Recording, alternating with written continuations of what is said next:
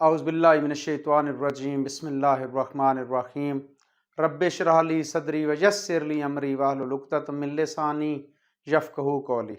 Dear students, I am Latif Aman, your chemistry teacher.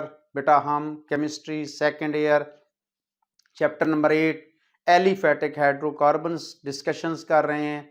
अपने last lectures में हमने नॉमेनक्लेचर्स को डिस्कस किया था और आज बेटा हम लोग अल्केन स्टार्ट करने जा रहे हैं। अल्केन्स और पैराफिन्स। अल्केन्स या पैराफिन सैचुरेटेड एलिफेटिक हाइड्रोकार्बन है बेटा। एलिफेटिक हाइड्रोकार्बन है, सैचुरेटेड है। Journal formula CnH2n+2। हमारे पास जितने कार्बन होते हैं उसे डबल करें, हाइड्रोजन और +2 कर लें। मतलब एक कार्बन है तो डबल करके 2 CH4। जैसे बेटा हमारे पास C2 डबल करके 2 C2H6। जैसे बच्चे C3H8। तो हमारे पास each carbon is sp3 hybridized. सारे के सारे सिंगल बॉन्ड होते हैं, सारे के सारे सिग्मा बॉन्ड्स होते हैं between carbon and hydrogen and have tetrahedral structure. Tetrahedral structures बनाते हैं बच्चों। अल्केन्स को हम पैराफिन्स कहते हैं। अच्छा, दो ऐसी फैमिलीज हैं ऑर्गेनिक कंपाउंड्स में, एक अल्केन्स और एक ईथर, जो बेटा लीस्ट रिएक्टिव हैं। तो हमारे पास पैराफिन्स, ये हमारे पास जो है ना लैटिन वर्ड है पैरम। पैरम का मतलब होता है बच्चों लीस्ट, और अफिन्स का मतलब होता है रिएक्टिविटी। ये हमारे पास इनकी रिएक्टिविटी बहुत कम होती है, therefore alkanes are called paraffin. ये लीस्ट रिएक्टिव कंपाउंड है।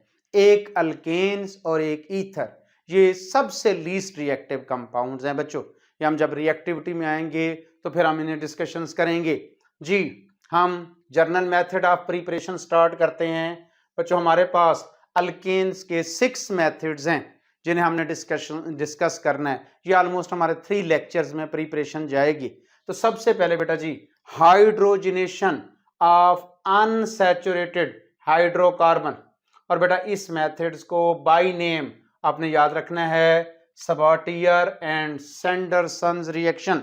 सबाटियर एंड सैंडरसन्स रिएक्शंस कहते हैं जी बच्चों हाइड्रोजनेशन ऑफ अनसैचुरेटेड हाइड्रोकार्बन।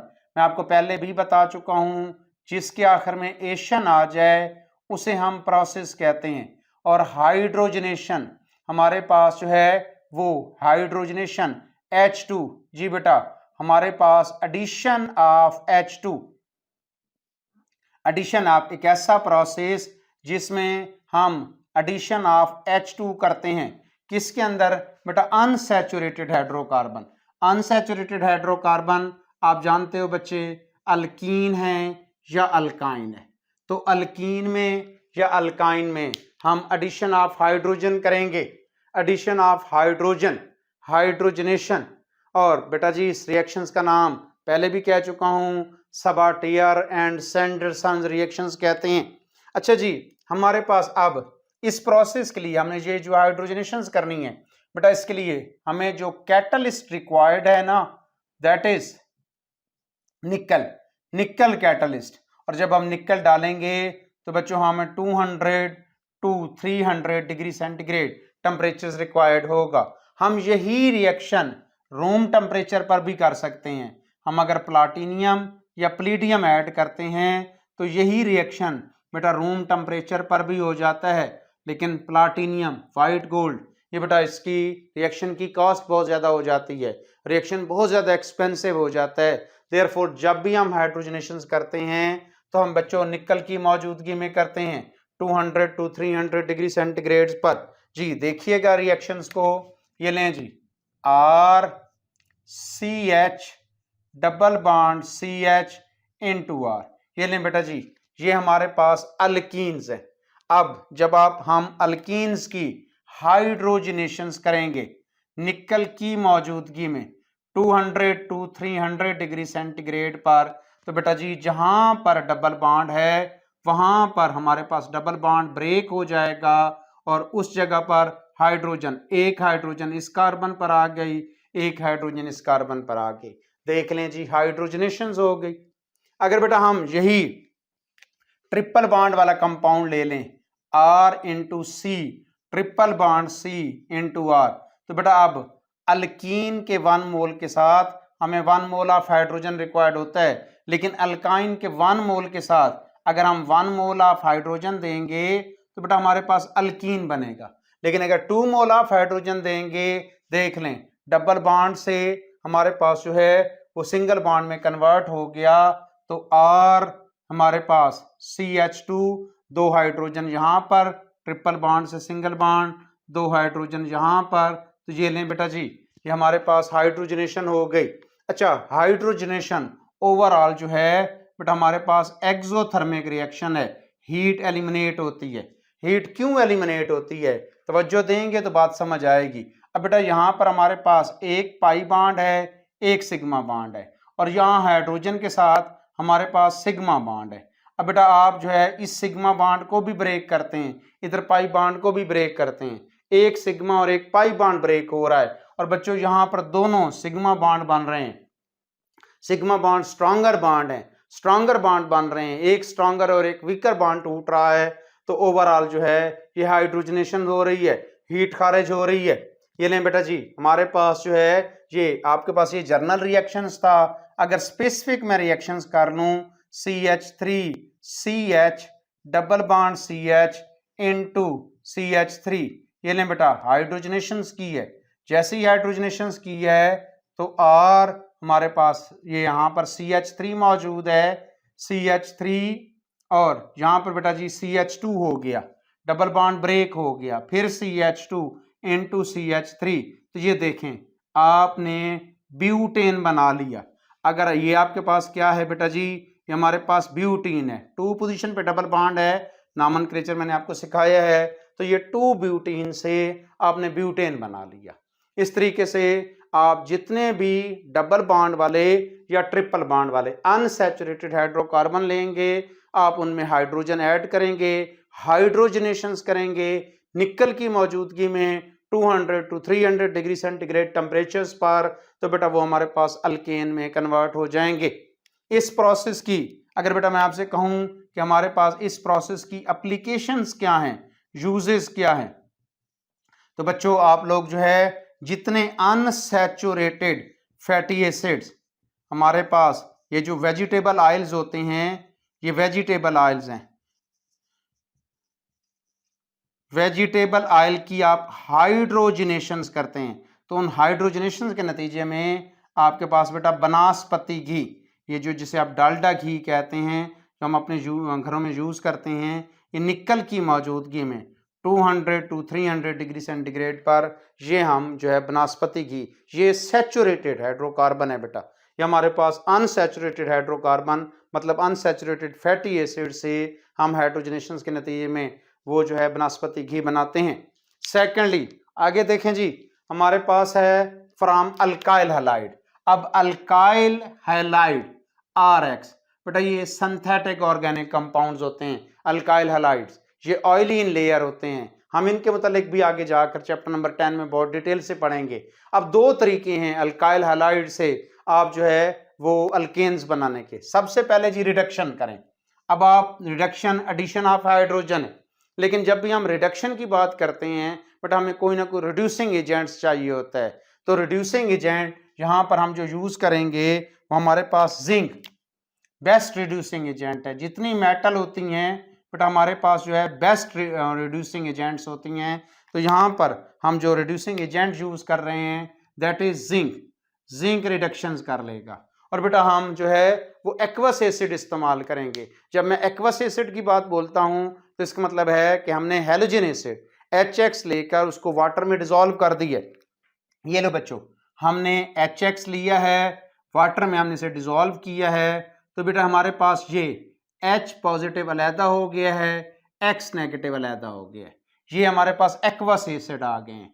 अब हम ये लें जी एक्वस एसिड, X आप जानते हैं हैलोजन एटम है, फ्लोरीन, क्लोरीन, ब्रोमीन या आयोडीन। तो ये लें जी हमने अल्काइल हैलाइड ले लिया है, बेटा RX में ले लूँ, उसमें मैं ये aqueous acid H positive plus X negative, मतलब ये हमारे पास हैलोजन एसिड हैं लेकिन हमने इन्हें वाटर में डिसॉल्व किया हुआ है, ये कंप्लीटली आयोनाइज्ड हो जाते हैं। साथ ही बेटा मैंने रिड्यूसिंग एजेंट डाल दिया है। तो इस रिड्यूसिंग एजेंट ने क्या किया है, रिड्यूसिंग एजेंट ने इस X को भी और इस X को भी, जो अल्काइल हैलाइड के साथ X है, दोनों को निकाल लिया है। बेटा ये मेरे पास बन गया ZnX2 प्लस, अब आप जानते हैं अल्काइल ग्रुप में हाइड्रोजन ऐड होगी, तो ये लें जी RH, ये आपके पास अल्केन बन गया है। ये मैंने एक जर्नल रिएक्शन लिखा है। अब आप अपनी मर्जी के जितने कार्बन वाला आपको अल्केन चाहिए होगा उतने कार्बन वाला आप अल्काइल हैलाइड ले लेंगे। मतलब है अल्काइल ग्रुप उतने कार्बन वाला है। जैसे बच्चों मैं आपसे कहता हूं कि मुझे जो है वो ब्यूटेन बना कर दें, तो ये लें बेटा C4H9Br, आपके पास ये अल्काइल हैलाइड है। आपने इसके अंदर हेलोजन एसिड डाला है, ये लें जी H positive plus Br negative, basically HBr था। आपने इस HBr को एक्वस एसिड मैं कह रहा हूं वाटर में डिसॉल्व किया हुआ है। साथ ही बेटा आपने जिंक, अब जिंक क्या करेगा, जिंक इन दोनों को निकाल देगा, इन दोनों Brs को निकाल कर आपके पास ZnBr2 बन जाएगा और प्लस C4H9 के साथ हाइड्रोजन मिलकर C4H10 ब्यूटेन बन गई। तो ये बड़ा सिंपल ही है कि आप अल्काइल हैलाइड लें, उसकी रिडक्शन कर लें किसी न किसी रिड्यूसिंग एजेंट्स की मौजूदगी में, एक्वस एसिड की मौजूदगी में। और सेकेंडली बेटा सेकेंड मेथड हमारे पास है कि आप अल्काइल हैलाइड की जो है ना वो हाइड्रोजिनोलाइसिस करें। हाइड्रोजिनोलाइसिस, हाइड्रोजिनोलाइसिस क्या होता है, हाइड्रोजिनोलाइसिस आल्सो ये हमारे पास हाइड्रोजिनेशन होती है। हाइड्रोजिनेशन मतलब addition of hydrogen but with the हमारे पास ब्रेकेज या क्लीवेज, जिसे आप मर्जी कह दें, आप breakage of hydrogen, H2 break हो जाता है, अल्काइल हैलाइड्स भी ब्रेक हो जाएगा, क्लीवेज हो जाएगी, क्लीवेज ऑफ बॉन्ड्स हो जाएगी।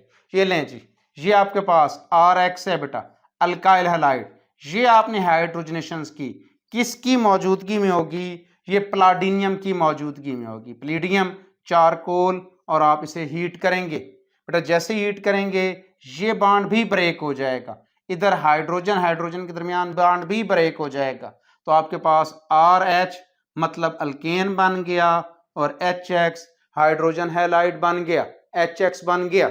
ये लें बच्चों, अगर मैं इसको स्पेसिफाई करता हूं CH3Cl प्लस H2, ये देखें जी वही बात जो मैं आपको बता चुका हूं कि ये बॉन्ड भी ब्रेक हो जाएगा, ये बॉन्ड भी ब्रेक हो जाएगा। इसके नतीजे में बेटा हमारे पास CH4 बन गया और प्लस HCl। तो ये लें जी हाइड्रोजिनोलाइसिस हो गई। हाइड्रोजिनोलाइसिस हमारे पास और हाइड्रोजनेशन, जब आप सिंपल हाइड्रोजनेशन की बात करते हैं तो उसमें ठीक है H2 एंगल बॉन्ड टूटता है, लेकिन बेटा हमारे पास जो है अनसैचुरेटेड हाइड्रोकार्बन में से पाई बॉन्ड सिग्मा बॉन्ड में कन्वर्ट होता है। हाइड्रोजिनोलाइसिस में क्या होती है कि यहाँ हमारे पास बॉन्ड ब्रेकेज हो रहा है, लेकिन बेटा ये रिप्लेसमेंट होती है, बेसिकली यहाँ से हाइड्रोजन इस X को रिप्लेस कर देती है। रिडक्शन में क्या हो रहा है, रिडक्शन में एडिशन ऑफ हाइड्रोजन है, सिर्फ सिंपली हाइड्रोजन ऐड हुई है रिड्यूसिंग एजेंट की मौजूदगी में। तो ये आप थोड़ा सा आपको डिफरेंस पता होना चाहिए, हाइड्रोजनेशंस क्या है, रिडक्शंस क्या है, हाइड्रोजिनोलाइसिस क्या है। उम्मीद है आपको मेरी ये बातें समझ आई होंगी। इंशाल्लाह ताला बेटा आपको ये 2 मेथड हो गए, आप इसकी प्रैक्टिस करेंगे। नेक्स्ट लेक्चर में मजीद हम 3 मेथड्स की डिस्कशंस करेंगे और कोब इलेक्ट्रोलिसिस, वे 4 मेथड रह गए हमारे पास, हम अपने नेक्स्ट लेक्चर्स में इंशाल्लाह ताला इनकी डिस्कशंस करेंगे। उम्मीद है आपको बातें क्लियर होंगी। अल्लाह पाक आप लोगों का हामी और नासिर हो। अल्लाह हाफिज़।